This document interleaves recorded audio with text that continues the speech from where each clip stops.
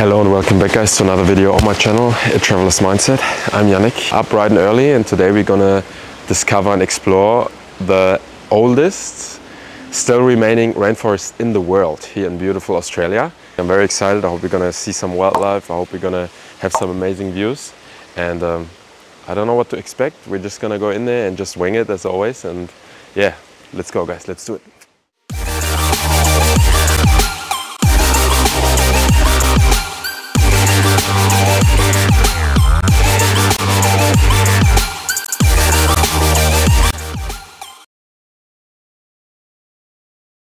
Oh, made with love.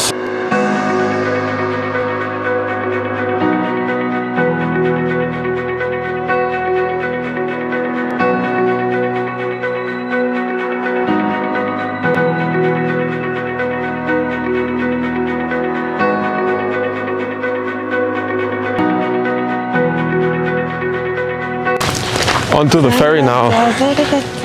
Let's try to find some crocodiles and maybe someone else. Oh, look, a little puppy there.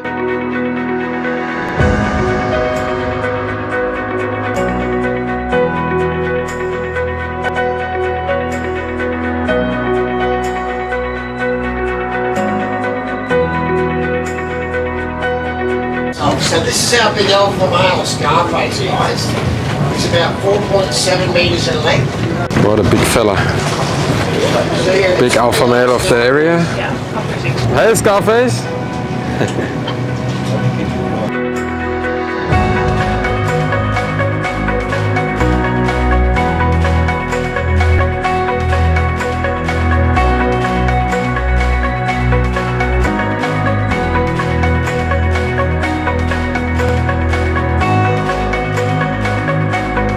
She's a fully grown female, 3.2 meters.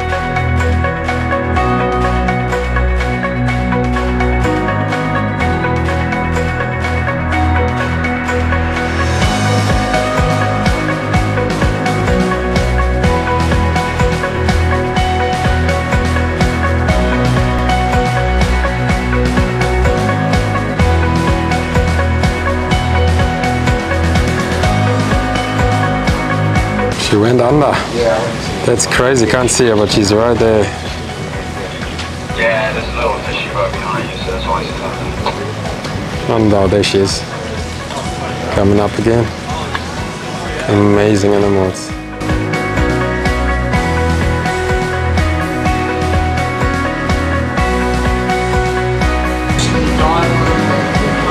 Is he drying his wings? He's drying his wings, yeah. Right, okay. Crazy to imagine that they can grow up to 5 and 6 meters in length, and they start off with that at just 2 years old. So what would Scarface do with the little male? He'd eat him straight up. Yeah, he would eat him. He would just eat him. Even if it would be his own child? Yep. Yeah, it doesn't matter. It doesn't matter. Oh wow. There we go, folks. All survived? Jump off, all survived.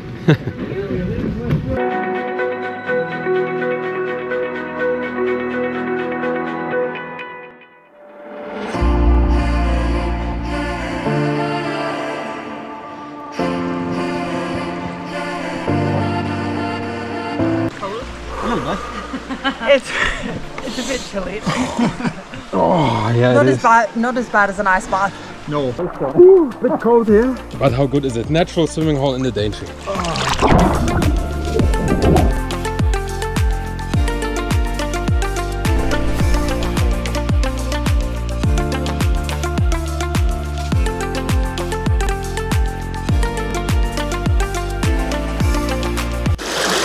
Amazing.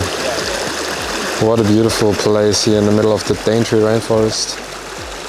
And for a swim, very blessed. How amazing. What do you think? How was the swim? How was So good. It was refreshing. So zen. So then that's it. It was refreshing. And yeah, no, to be honest, what other place can you imagine that's more beautiful than a amazing little swimming hole in the middle of the oldest rainforest in the world? How amazing is that? Beautiful, feeling good, feeling empowered, feeling strong. Yeah, we were very lucky to see quite a few crocodiles actually on the riverbank, on the river cruise, on the sandbanks. some juvenile ones, baby ones literally, and yeah, so some beautiful birds down there as well. And we're gonna go for another walk through the rainforest now, and let's see if we can find something else, some beautiful wildlife. And I mean, how amazing is that? Look at that. Literally walking through the rainforest is just special. And yeah, just had lunch, was delicious too. Now we're on our way.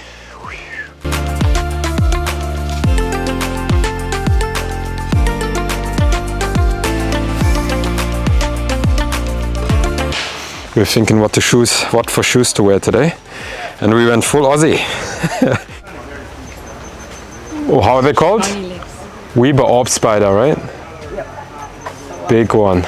Compare this with my hand. Oh, you're not Steve Owen. It's very big. Amazing. Look at that spider. Welcome to Australia.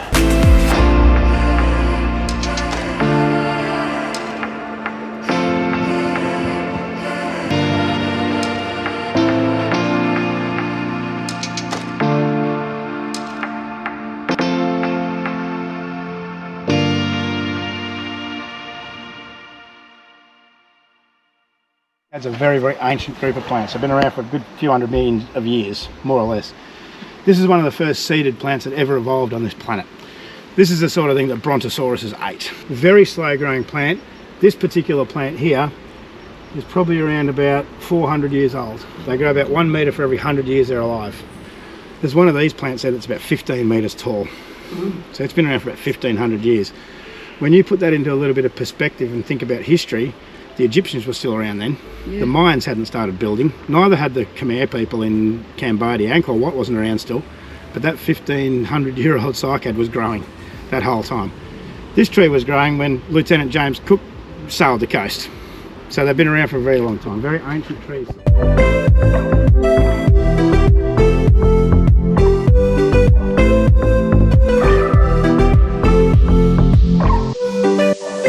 If you're a fly, mate, you don't want to be doing any of this thing.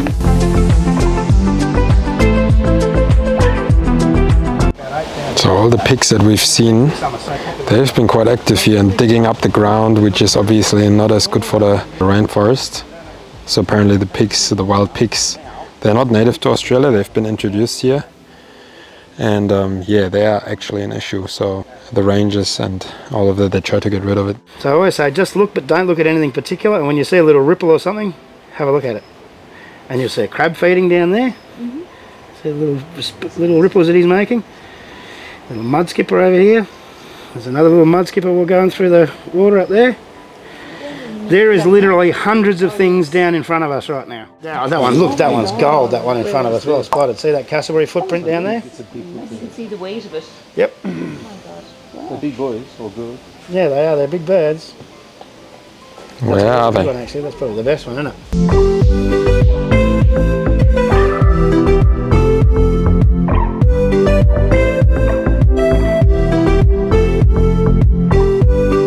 They're called archerfish because they spit water at insects. So they've got very good vision outside of the water, and they have a mouth that's shaped like a water pistol. Pretty well, there he is, just about to go under that big log there. Oh yeah. And when they see an insect on a branch, maybe a metre above the water, they'll shoot a jet of water at it and knock it off the branch. And then eat it. And then they eat it, yeah. It's through the There we go. Very cool hunters. Fishes after. I told you we'd That's see it, yeah. fishes here, and we did. Nice. And some of our trees grow their fruit on their trunks. Okay, the habit is called cauliflory. In the tropical rainforest, we have animals that live at different levels. So some live on the forest floor, some live in the middle, and some live right at the top. So if you're a tree, it makes sense, if you're going to make yourself available to more animals, to grow stuff right down the very bottom, and to grow stuff right at the very top as well, and all the way in between. Alright, so a cassowary is going to be able to come and peck that straight off. A musky rat kangaroo is going to come and grab that, because they're ground-dwelling animals. And in the mid-canopy, you might get fruit-eating pigeons coming along and grabbing those fruits and flying off with them and dropping them somewhere else. Oh, yeah. And at the very top, you might end up with spectacled flying foxes that come along and grab it. So it's all about hedging your bets. You know, if they grow fruit all the way from the top to the bottom, then they're guaranteeing themselves that something's going to come along and grab it and take it somewhere else, which is the main aim of the game. And if one of these fruits gets taken and taken up 250 metres away or further, then the job's done. pretty well. If that germinates, then the job's done. It's reproduced. That only has to happen once for each tree for it to be successful. Same as us, we only need to have 1 or 2 children to be successful in this world and to pass on our genes. Trees are the same.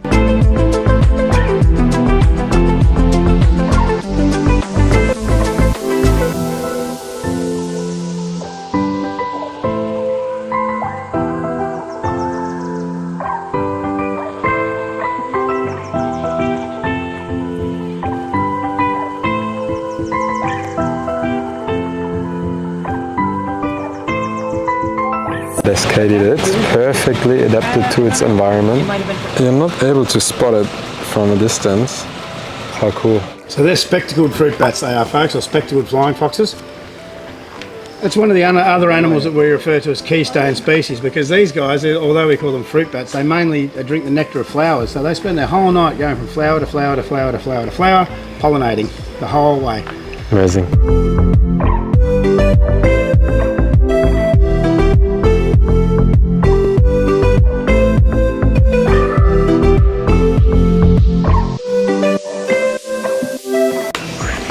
How stunning. On most of the FNQ beaches you're gonna find these signs when it's stinger season. Right now it's not stinger season, so it's safe to go swim in that, but usually it's really dangerous to go swim here because they have a very, very dangerous jellyfish, very poisonous. And on almost every beach there are these signs, and they have a bottle of vinegar that if you're getting stung, if you're unlucky, that you can chuck on the sting, on the bite, and then that relieves the pain. But obviously you got to seek medical attention ASAP.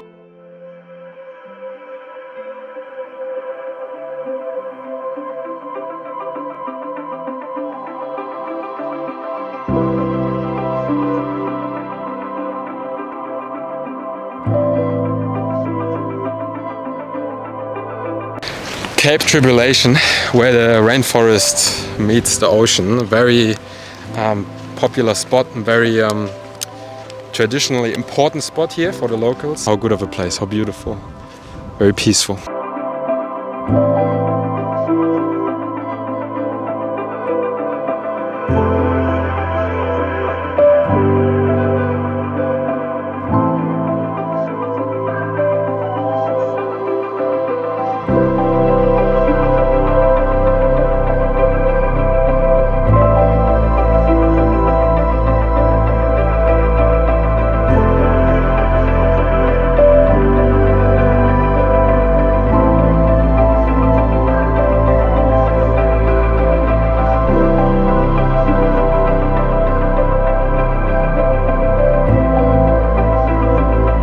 Guys, so this is it from the Daintree.